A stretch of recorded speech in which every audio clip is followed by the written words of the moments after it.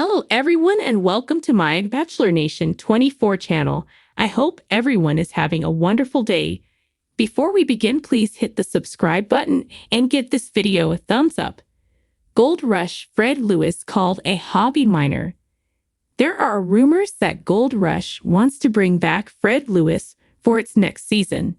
This is despite the fact that he was at the bottom rung of miners when it came to his gold take for the season. With that said, there are also many fans who consider him a hobby miner and not a real businessman for the show. Here is a look at what fans think about Fred Lewis and what his future might hold. Fans call Fred Lewis a hobby miner. With the most recent season of Gold Rush, fans watched two inexperienced miners searching for gold alongside two very experienced players in Parker Schimble and Tony Beats. By the end of it, Parker and Tony had their normal TV the end of the season. Fred was talking about quitting if he didn't reach his goal. However, while Discovery seems like they are ready to move on from Fred's crew, as well as the Clayton brothers, they hinted they want to bring Fred back for next season in one way or another. With that said, the fans aren't all on board.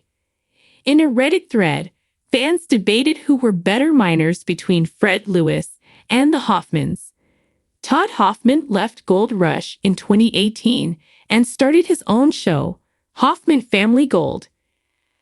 However, while on Gold Rush, they were never that successful compared to others. One fan showed the totals for each season for each team.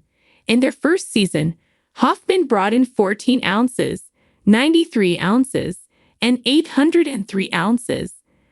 On the other hand, Fred has also had 3 seasons and brought in 6 ounces, 110 ounces, and 157 ounces. While Fred had a better second season, he came nowhere near what Hoffman did in his third season, barely making more than his second season, had a Redditor noting. Fred still is in hobby mining numbers. Could Fred Lewis return for another Gold Rush season? Despite all this, Discovery seems to want Fred Lewis back for Gold Rush. This likely has nothing to do with the gold totals. With the network considering cutting Fred's crew, they might just want Fred back for entertainment value. Fred is very outspoken and has no problem saying and doing things that have Gold Rush fans either shaking their heads or tuning back in to hear more. He also has a following in the military community, and that might keep him worth his reality TV paycheck. Retakes while the Clayton brothers really pulled things out down the line.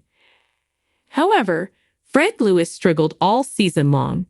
At first, he was a positive story on Gold Rush, a former military medic who hired former vets to work on his crew. However, that storyline soon wore thin when both the narrator and Fred mentioned his military service over and over, constantly.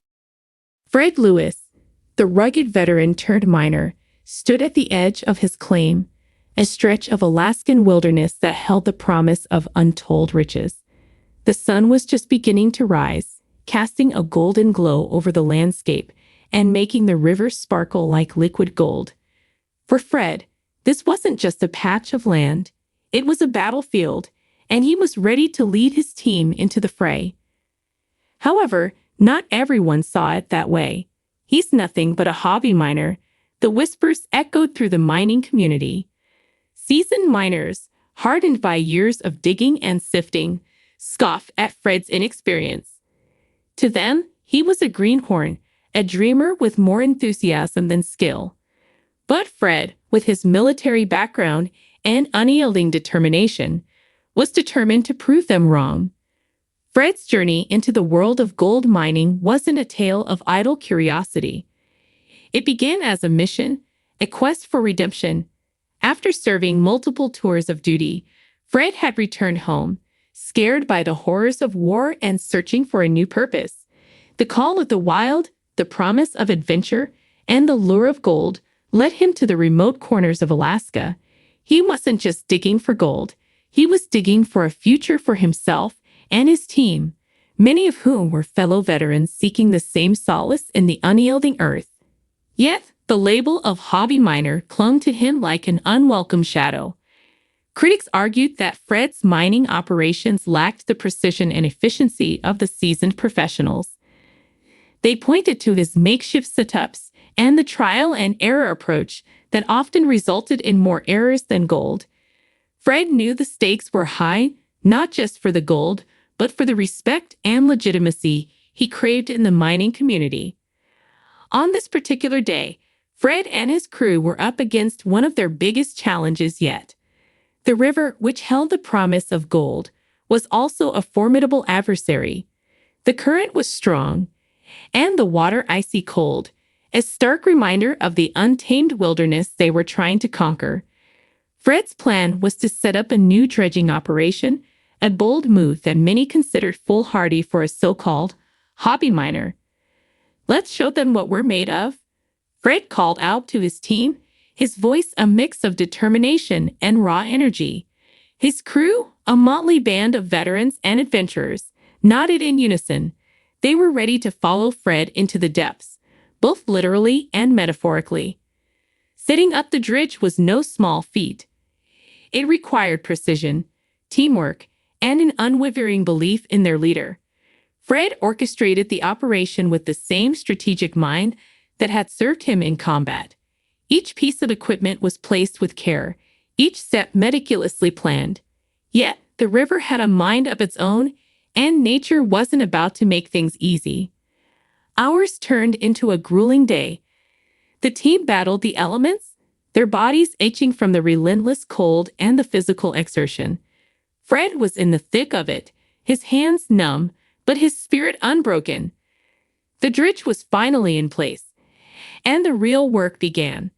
As the machinery roared to life, churning through the riverbed, the tension was palpable. Would this be the breakthrough Fred needed, or just another setback in his tumultuous journey? The first few hours yielded little more than gravel and silt. Doubt began to creep in, and the whispers of hobby miner seemed louder than ever. But Fred refused to let despair take hold. He rallied his team, reminding them of their shared mission and the battles they had already overcome. And then it happened. A glint of gold among the silt. It was small, almost insignificant to the untrained eye, but to Fred and his crew, it was a beacon of hope. The find ignited a frenzy of activity. The dredge roared louder, the team worked with renewed vigor, and Fred's heart pounded with a mix of excitement and relief. As the sun dipped below the horizon, casting long shadows over the claim, Fred called for a halt. The day had been long, the work exhausting, but they had found gold. It wasn't a fortune, not yet, but it was proof that they were on the right track. Fred stood at the edge of the river, holding a vial with the precious flakes. He looked at his team, their faces weary but filled with pride. They had earned this moment. Back at the camp, under the glow of a makeshift lantern, Fred addressed his team.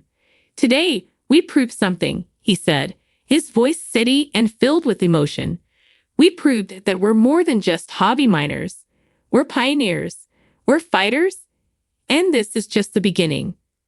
The crew cheered, their spirits lifted. The label of hobby miner had been challenged, and while they had a long way to go, they had taken a significant step toward earning their place among the seasoned miners of Alaska.